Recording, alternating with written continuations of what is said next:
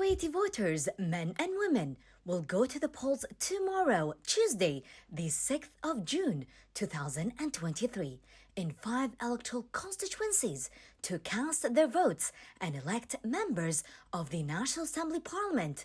Voters will bear responsibility to reshape the course of the political scene and choose the right candidates that will best serve them and the nation.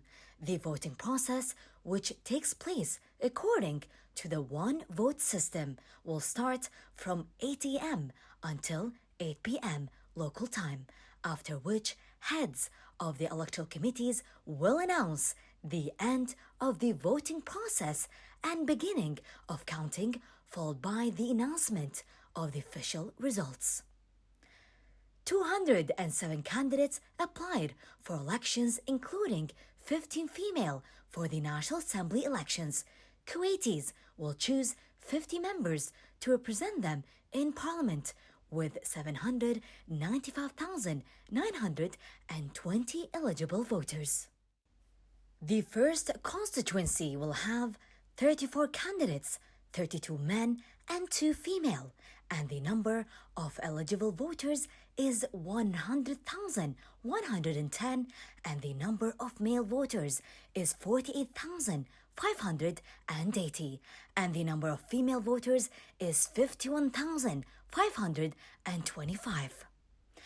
The second constituency will also have 45 candidates, 43 men and 2 female, competing to win the votes of 90,478 eligible voters. In the third constituency, 34 candidates, 31 men and 3 female are competing to win the votes out of 138,364 eligible voters.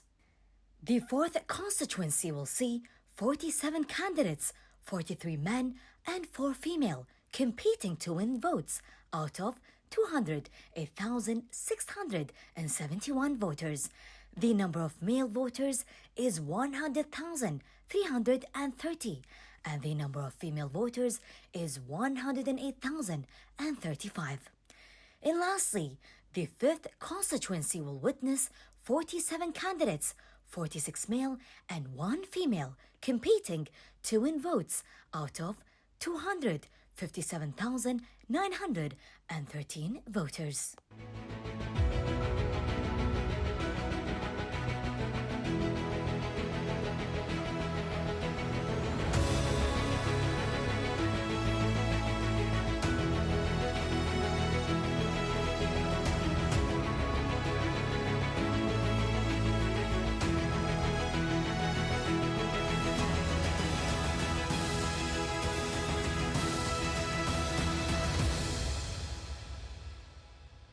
The integration of religion and democracy in the state of Kuwait's National Assembly produced definitions of democracy distinct from others in the region, as well as from Kuwait's own national history.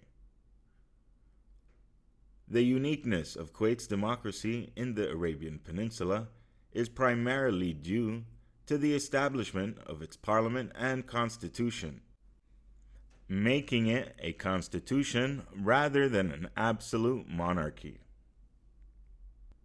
The development of Kuwait's democracy relied heavily on the construction of the monumental National Assembly building, designed to mix symbols of democracy as understood in the Western discourse, with images inspired by local elements. This combination allows the building to produce an image of democracy and independence that resonates with locals as well as the international members of the population. The democratic experience in Kuwait has become more mature, aware, and open since the establishment of the parliament in 1963. Voting is excluded to Kuwaiti males who are under the age of 21. The council nominators must be of Kuwaiti origin and may not be under the age of 30 on election day. Ministers of justice, prosecutors, attorneys, chiefs of voters' register committees, or their members may not nominate themselves unless they have already resigned from the job prior to the election. The ministers not elected in the National Council are considered members in it by their position. Kuwait is divided into 5 electoral districts. Each district elects 10 members to become representatives in the National Council. The period of the legislation chapter is 4 years, starting from the first session after elections to the last session before new elections. The National Assembly will face many issues like, say, the improvement of, financial situation of, say, Kuwaiti citizens, and also the maintenance of the current subsidies, and also to promote, if you like, the development of the economy itself. And there are also other issues relating basically to the Kuwaiti citizens and their daily life. For example, like the debt relief is one of the most current and important issues today. Well, there are different files that, if you like, the National Assembly, the new Assembly will face. For example, the establishment of an independent election committee. One other thing which is really very important, the structuring or the restructuring of the expatriate population, and the implementation of the process of Kuwaitization, meaning the replacement of Kuwaitis, in the most important or vital jobs. One other important issue is the overcoming of the previous, if you like, confrontation between the legislative and executive branch of government. In other words, I think it's very important at this, let's say, current day or in today's world to realize that, for example, in Kuwait, we live in a very volatile region. The Middle East itself has been witnessing a lot of, if you like, political and social revolutions and changes and even crises, if you like. So understanding our, let's say, regional context should encourage our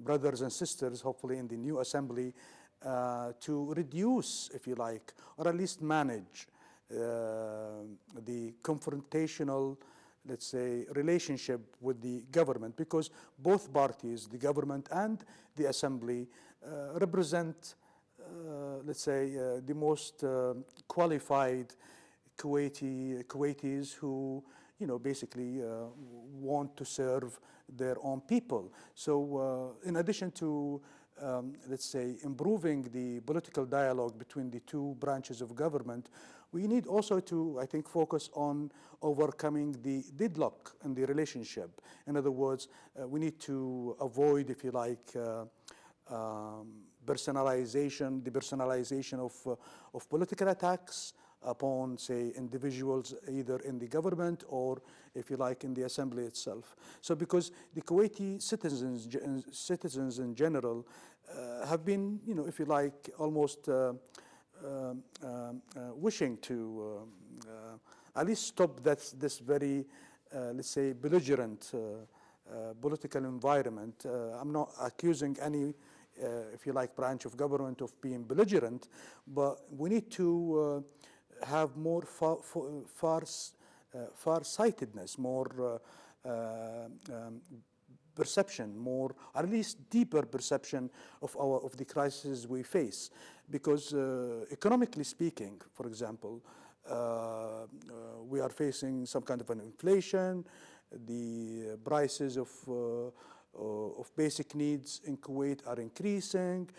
We have the problem of debts, citizens' debt, and we have to manage to find a way where we can help our fellow citizens to overcome this very challenging, if you like, financial and economic situation.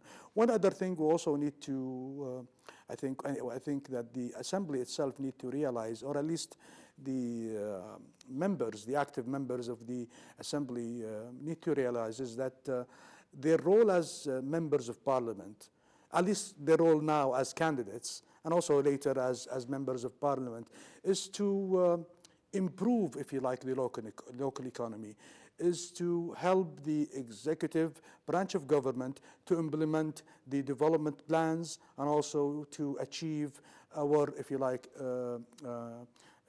larger goals, like, for example, the 2030 vision of New Kuwait. And this is basically the umbrella under which all kinds of development in either in our administration or in our economy or in our security should, you know, if you like, continue to be implemented and activated. However, if the any number of, let's say, members of parliament chooses to reuse or to bring back again the confrontational tones that we witnessed in the previous assemblies, I think this will lead us to an ultimate, if you like, an inevitable deadlock with the government itself. The study of electoral geography in Kuwait has proven to be an interesting field for its reflection of regional and national democratic approaches which govern the state. The first consultative council was established in 1920, which was followed by the first legislative council in 1938. It was formed by means of elections. These two councils gave way to the first formation of the state parliament in 1963. Its history was adjusted a number of times, but firstly in 1976, and secondly in 1986, following the liberation of Kuwait, and restored its parliamentary life as well as elections which took place on October 5th, 1992.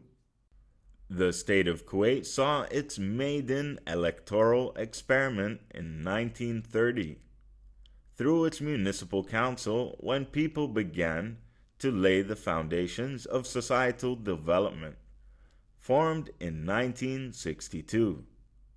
The Constituent Assembly was actually the milestone in the country's democratization, having been mainly tasked with the formulation of the Constitution and principal laws.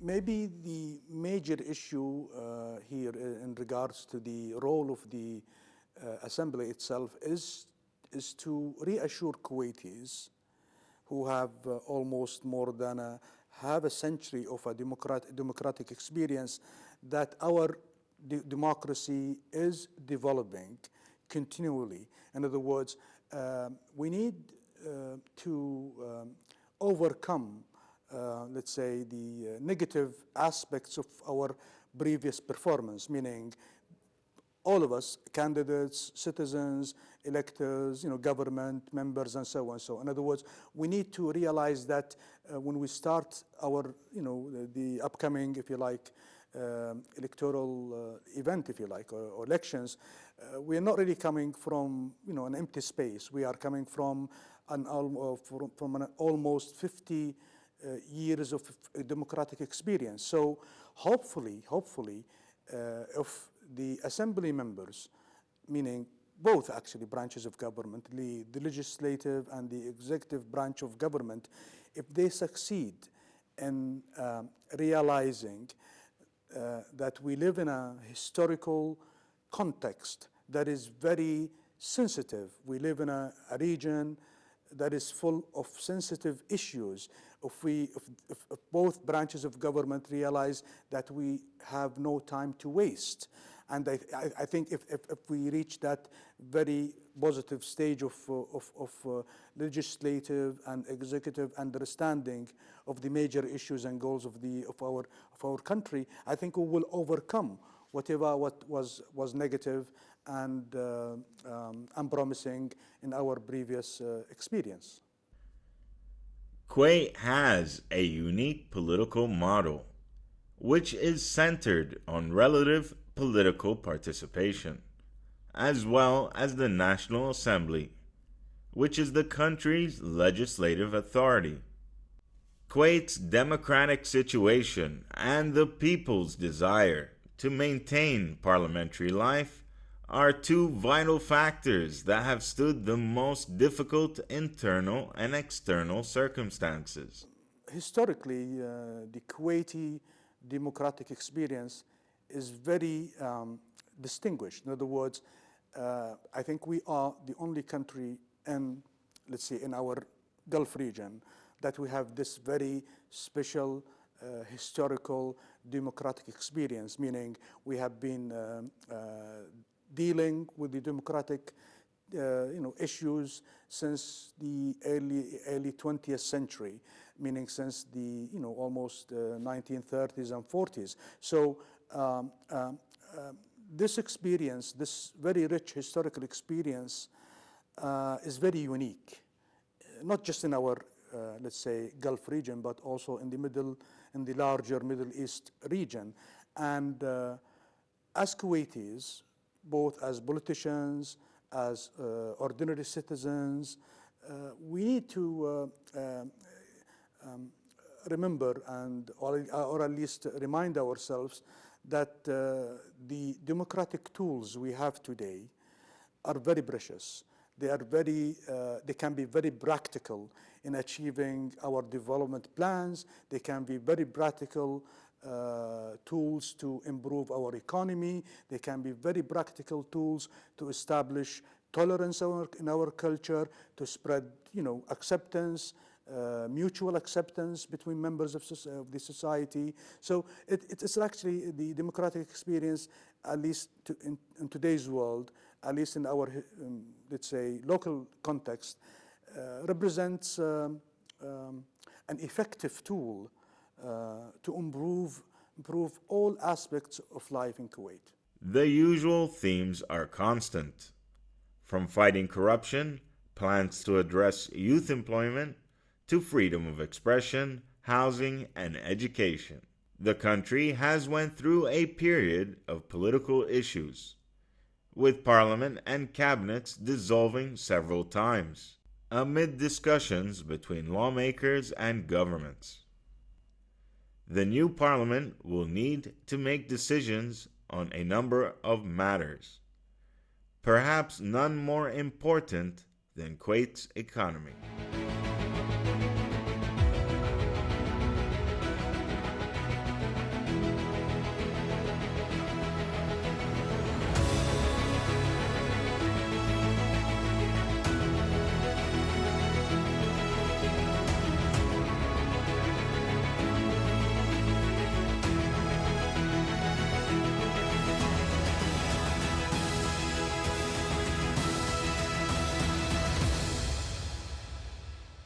The state of Kuwait attaches great importance to the roles of women in the development of the community, away from any racial, gender, religious, or linguistic discriminations. Therefore, Kuwait spared no effort to empower women, ensure their rights, ensure their effective participation in all aspects of daily life, and enable them to assume leading state posts, enjoy full access to state jobs on equal footing with men, assuming posts in all government institutions, including the diplomatic corps, the judiciary, police, firefighting, oil, and health sectors, and other vital posts, entitled to various leading posts, including ministerial and parliamentary ones.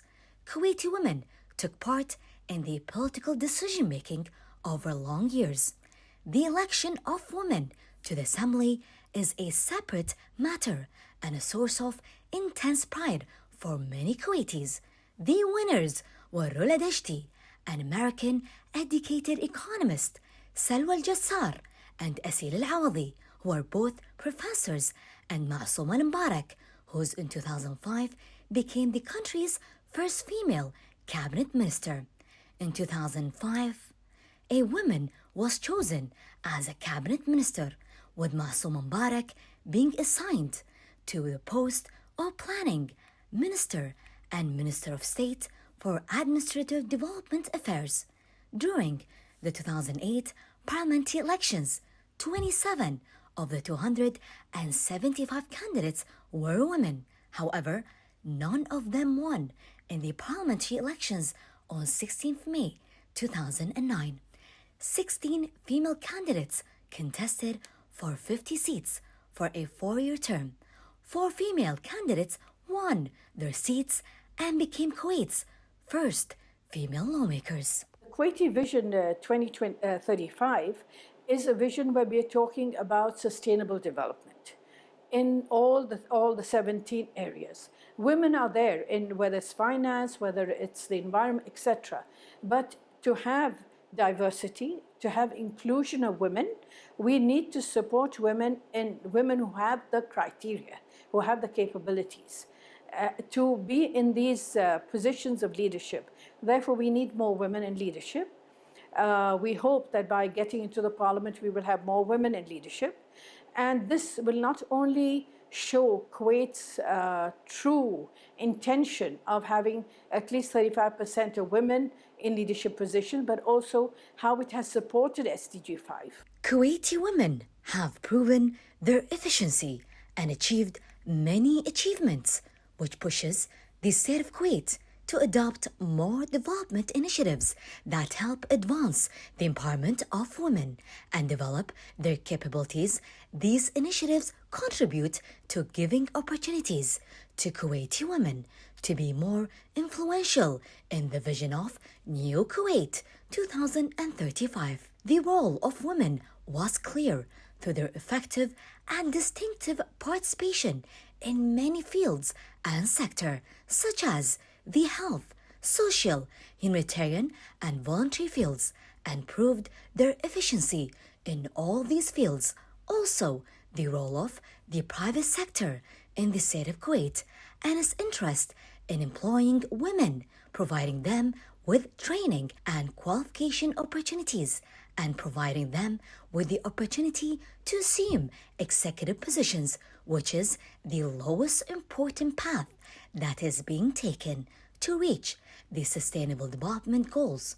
Kuwait has taken several important steps toward the implementation of the Comprehensive National Plan to reach the 5th Sustainable Development Goal on the empowerment of women must be an integral and enabler part for achieving all other sustainable development goals. A national initiative with a global vision. Its mission is to help accelerate the implementation of a New Kuwait's Vision 2035 by increasing women's representation in leadership positions. The Kuwaiti women have played a major, vital role in Kuwait, not just before when the women used to engage in trade when their husbands were away, whether it was pearl diving or getting goods from abroad. But if we talk about the present, Kuwaiti women have played a role in diverse occupations.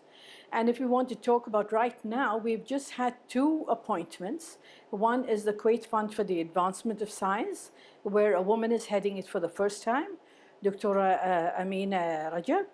We also have yesterday the appointment of a woman as deputy head of the municipality, which is unusual and not in any Gulf country. Plus, we have women leaders in the oil sector. We have women CEOs in the banking sector. Kuwaiti women play an important role in society and have made significant contributions to various fields in the country. In recent years, Kuwaiti women have gained more opportunities to participate in politics, business, and other sectors of society.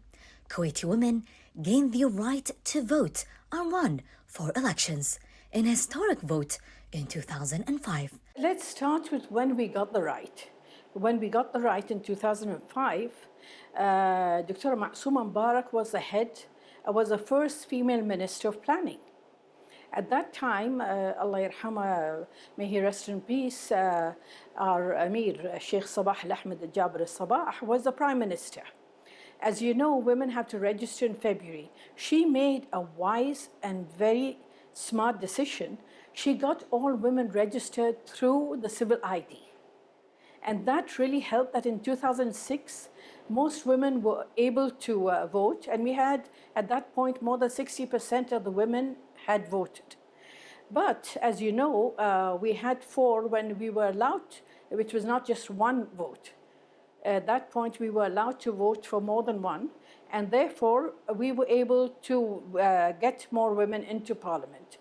Women, when they got into parliament, of course, they made a great impact in policies, whether it was housing, whether it was in different issues, economic issues.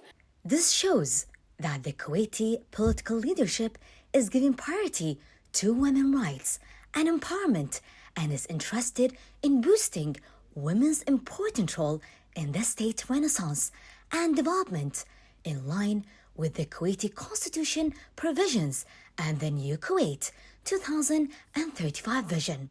18 years worth of political activity adds considerable context to the struggles of forming a unified political front for women in Kuwait. However, after nearly 2 decades of participating in a political scene heavily informed by Kuwait's social dilemmas, that activity also takes away from any real push forward.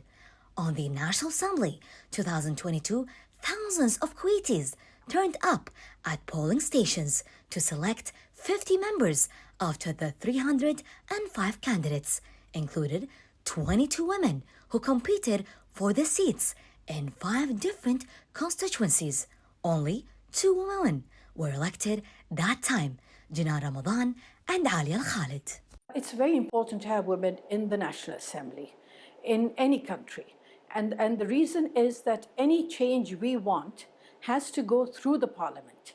The parliament is the legislative body. We are not Majlis Shura like it is in some of the Gulf countries. And often when we have laws that concern the family, that concern women, and it's put to the vote, it's very often that most of the men will not think of it as a priority. Having women there, they will not only propose these changes, they will also support it, and their presence there with others who are for the progress of both men and women will lead to change. So it's very important to have women, because if we want a balanced parliament where there is the views of males and females, where they will bring their point of view, yes, we need women.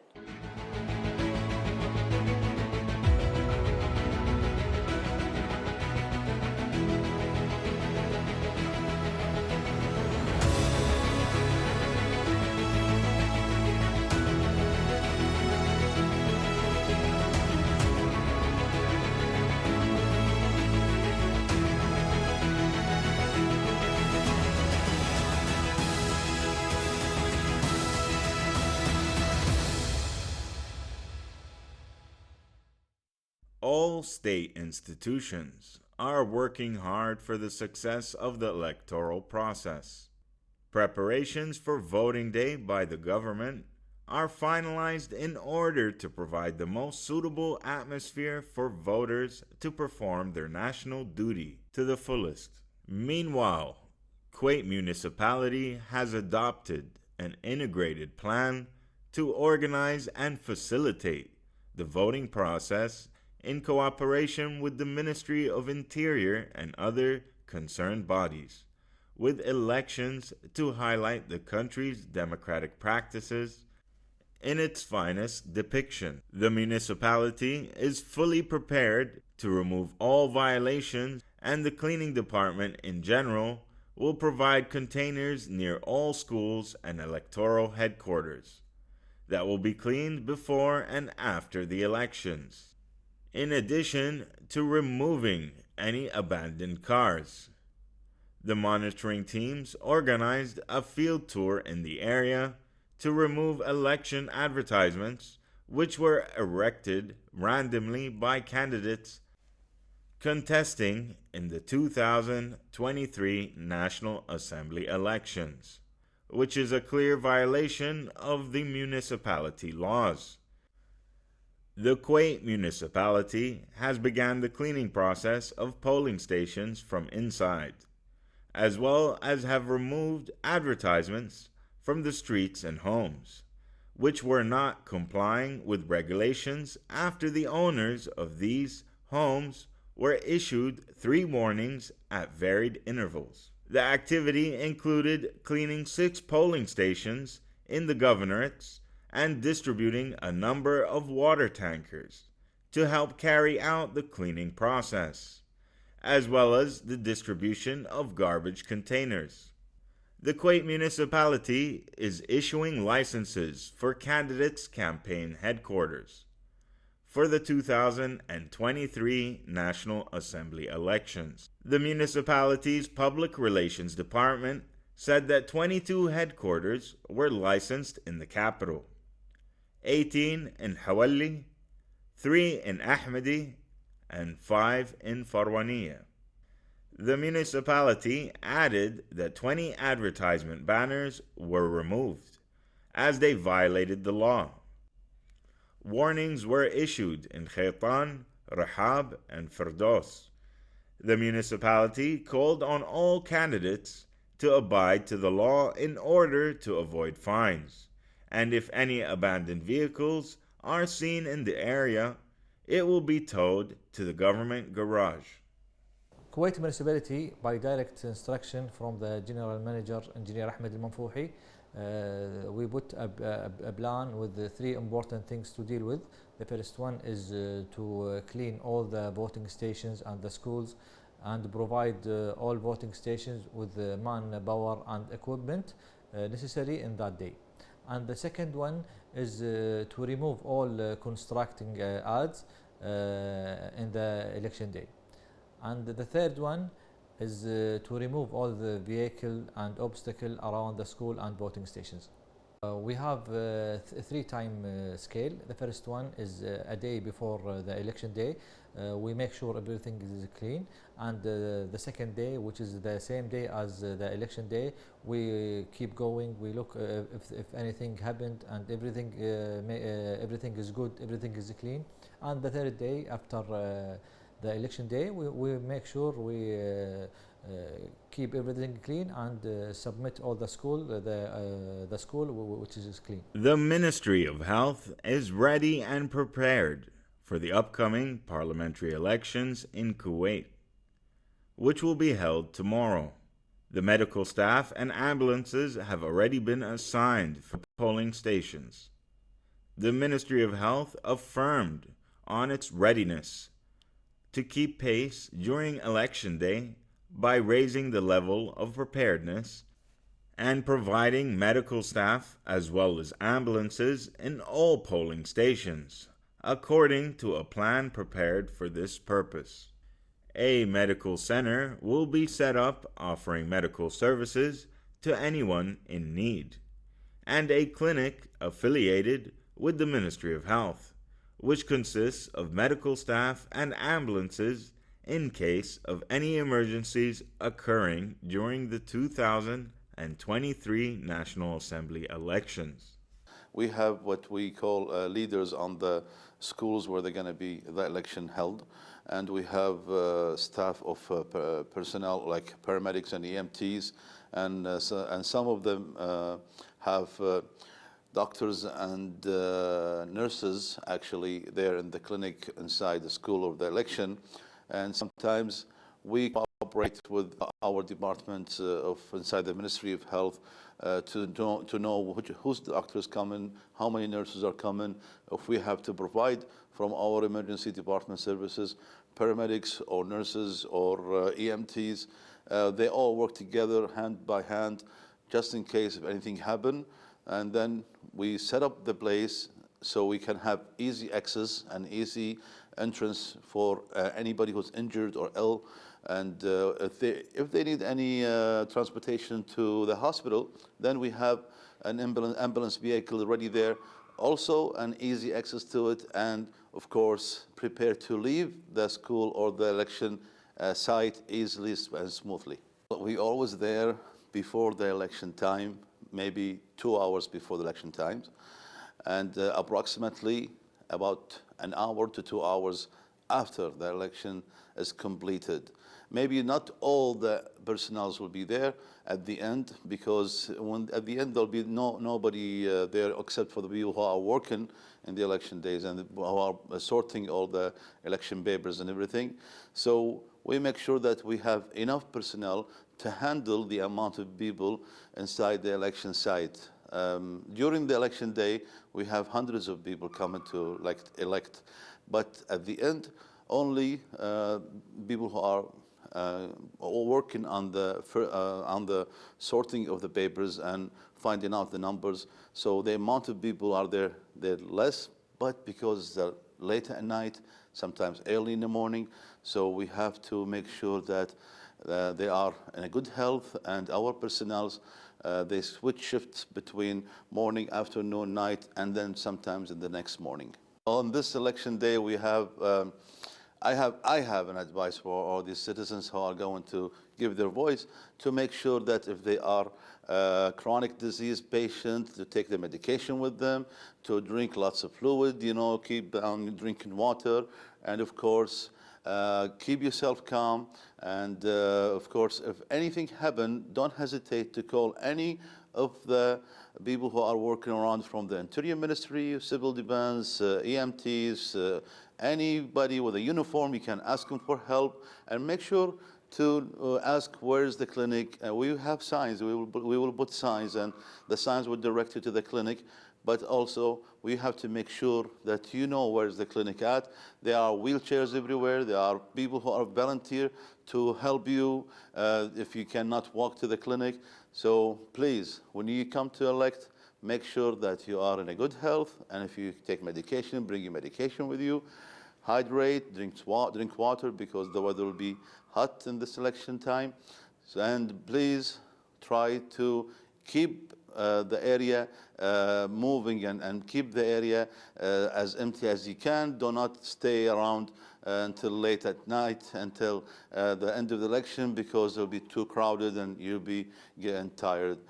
Have a good time and enjoy this election parade, and hopefully you will pass on your voice to the person who you want.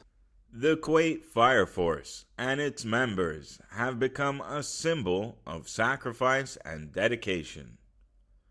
Through efforts to protect lives and fend off dangers.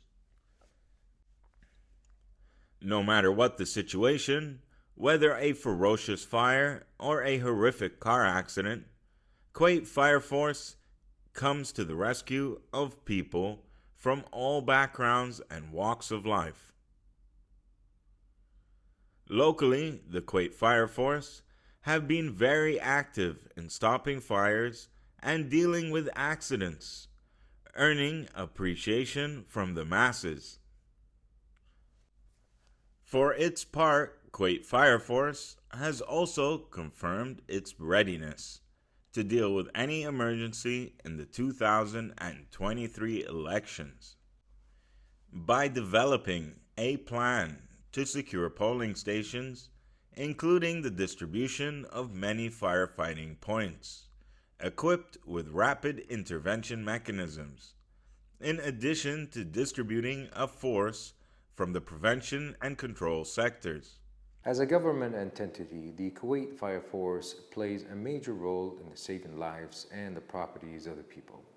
We have a huge coordination and collaboration with the government entities to make sure that every event in the state of Kuwait is safe from any hazards and any danger, or an event or in a case of any emergency situations. As we all know, on June 6, 2023, Election Day, during this day we have a great cooperation and coordination with the civil defense and the other government entities in order to ensure the flow and the success of the election day. As an internal emergency plan, the Kuwait Fire Force has two sectors, the firefighter and the prevention sector. During this event, we're going to make sure we're going to inspect the schools prior to the election day. Therefore, we're going to make sure the exits and all of the prevention equipment are available, and to ensure that these schools are safe for the big number of flow of people that are going to be holding the ballots and the election day. And the firefighter sector, on the other hand, we're going to be deploying and stationed in certain areas in these schools, especially in the main ballots, where we're going to be on standby for any emergency situation. During the election day and prior to it in 24 hours, as we mentioned, we're going to be having 36 checkpoints in the ballots, in the major ballot areas. The firefighter sector, along with the prevention sector, we're going to be coordinating between this. We're going to be having a field checkpoints as well. As I mentioned, our objective is to support the government entities for the success of the elections. In the case of any emergency, we always urge people to follow the firefighter codes and comply with the government entities. We're going to be deploying a partial of our firefighter sector vehicles and manpower. They're going to be held standby for the next 24 hours during the election. The Kuwait Red Crescent Society always plays an important role in various fields, and this time in the elections. Kuwait Red Crescent Society has recruited 150 volunteers to support the state's various entities in organizing the 2023 National Assembly elections due on June 6th. The volunteers, from the young to seniors, are eager to participate in Kuwait's celebrations of democracy via providing assistance during the elections. The Kuwait Red Crescent Society will work closely with other state entities to make sure that the election will run smooth. The volunteers have been trained to provide services at polling stations throughout the country.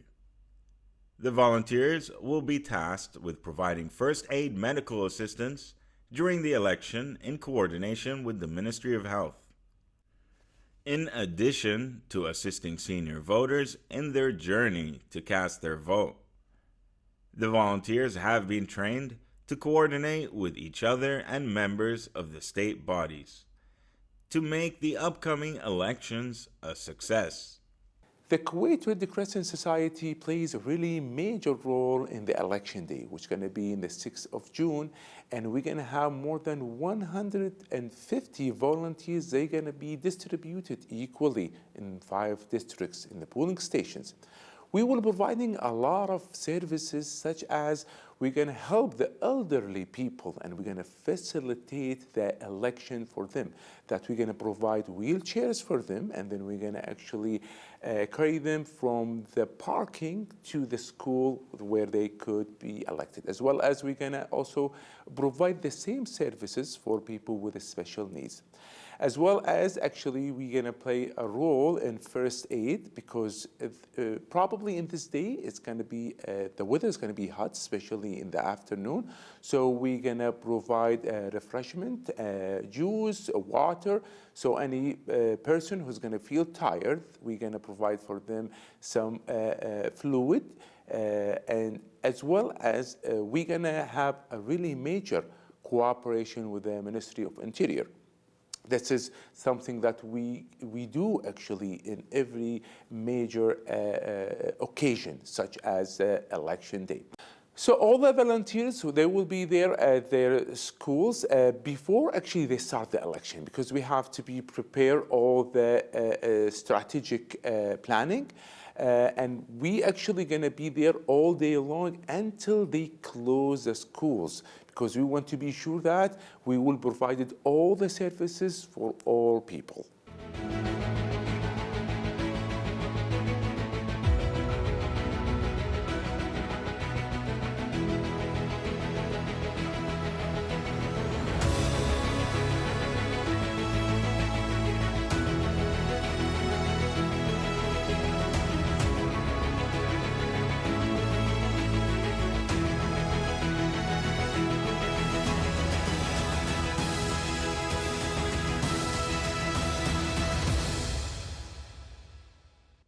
Following the march of democratic life in Kuwait from the era of the emirate to the era of the state, with the constitution and sovereignty, one can notice that it lived in practice democracy and shura.